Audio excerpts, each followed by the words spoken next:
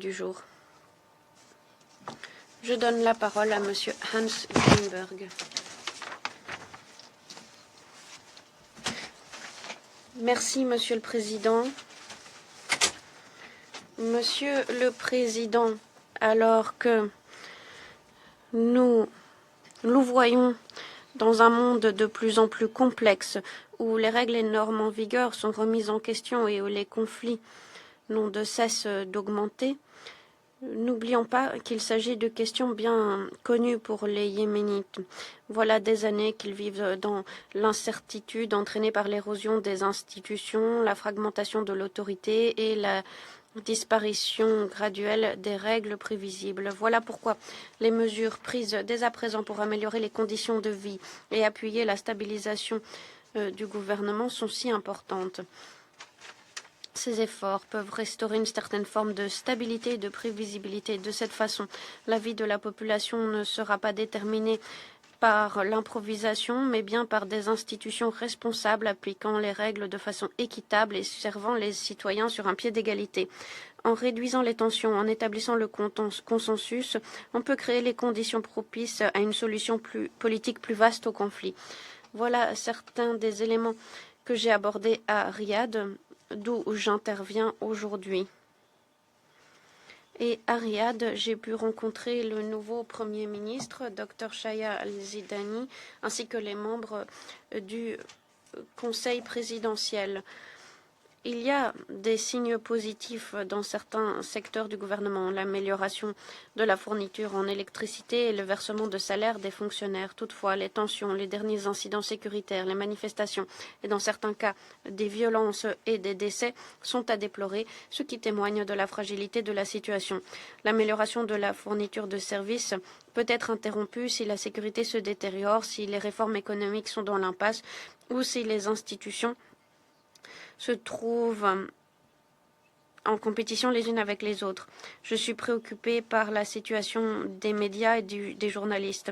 La liberté de la presse, la liberté d'expression sont essentielles pour la bonne gouvernance, la reddition de comptes, l'engagement civique, mais aussi pour régler les différends via des moyens politiques et non par la force. Monsieur le Président, le nouveau gouvernement, sous la houlette du nouveau Premier ministre, pourrait préserver les nouveaux acquis en les ancrant dans des institutions robustes et en procédant à des réformes économiques. Cela va créer des conditions protégeant le gouvernement et la Banque centrale de la politisation. Cela va permettre de rétablir la confiance du public. Je voudrais aussi mentionner la nomination de 3 femmes ministres après des années sans présence de femmes au gouvernement. Cela devrait être renforcé en garantissant la participation pleine et entière des femmes à la prise de décision à tous les niveaux du gouvernement, en négociation de paix et aux structures consultatives. Les processus de paix inclusifs sont plus légitimes et notre expérience a démontré que les résultats sont plus pérennes. Parallèlement, le dialogue au Sud, qui est prévu, nous offre la possibilité de répondre aux doléances de longue date et d'établir un consensus sur les questions centrales pour les habitants des régions du Sud et toute la population. Avancer sur une vision commune de l'avenir va jeter les bases de discussions et de négociations à l'échelle du pays, permettant de régler les questions de façon globale et durable. En fin de compte, la stabilisation dans toutes les régions du pays ne pourra être durable si l'ensemble du conflit n'est pas traité de façon complète. Il est grand temps de prendre des mesures déterminées en la matière. Sans une solution politique négociée de façon plus vaste, les acquis resteront toujours fragiles. Ces dernières semaines, j'ai été en contact avec les partis du Yémen, les acteurs de la région et des membres de la communauté internationale pour explorer les voies et moyens de relancer un processus politique inclusif. Mon bureau a été en contact avec différentes parties du Yémen en la matière, y compris des gouvernements pour tenir compte des préoccupations nuancées au niveau local et de trouver des moyens d'y répondre au niveau national. Dans ces discussions, 3 éléments ressortent clairement. Premièrement, nous devons être francs quant à ce que plus d'une décennie de guerre a fait subir au Yémen. Le conflit est d'autant plus complexe. Les lignes de division se sont démultipliées, les dynamiques locales ont évolué parallèlement aux dynamiques nationales. Les tensions régionales sont nourries par le conflit, mais notre objectif demeure le même, Le Yémen doit pouvoir compter sur un processus inclusif politique sous la houlette de l'ONU pour parvenir à une solution politique négociée mettant fin au conflit. Mais pour y parvenir, nous devons nous assurer que les partis soient tournés vers l'avenir. Nous devons nous fonder sur ce qui fonctionne encore, revenir sur des idées obsolètes, faire montre de pragmatisme pour esquisser un processus politique selon les réalités d'aujourd'hui. Deuxièmement, le Yémen est au carrefour de questions qui se chevauchent. Pour régler les questions politiques, économiques et sécuritaires, il faut aussi tenir compte d'autres éléments. Relancer le processus politique nécessite que les partis s'attellent à toutes ces questions parallèlement, sans progresser sur une voie et en étant dans l'impasse dans une autre. Troisièmement, un processus crédible doit s'articuler autour de deux éléments. Des accords rapides pour réduire les souffrances et avancer et garantir la désescalade. Dans le même temps, il faut s'atteler aux questions au long cours pour mettre fin au conflit, telles que la forme que prendra l'État, les modalités sécuritaires et les principes de gouvernance. La question des détenus liés au conflit est un exemple de réussite possible lorsque les parties font le choix du dialogue. À l'heure actuelle, les parties se trouvent à Amman. Elles négocient en personne sous la houlette de l'ONU pour travailler à la question complexe de la finalisation des noms des détenus afin qu'une opération de libération puisse avoir lieu en se fondant sur les résultats de des réunions de Muscat en décembre. J'encourage les parties à poursuivre ce travail et à s'atteler à la mise en œuvre.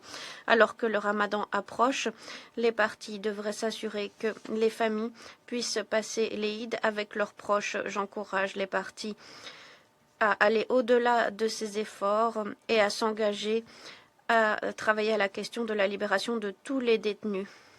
Je remercie le royaume hachémite de Jordanie qui a accueilli les négociations ainsi que le CICR pour son rôle indispensable. Monsieur le Président, cette semaine, cela fait 1 an qu'un collègue du PAM a perdu la vie en détention arbitraire par Ansar Allah. Il n'y a pas eu d'enquête ou de réponse quant aux circonstances de sa mort.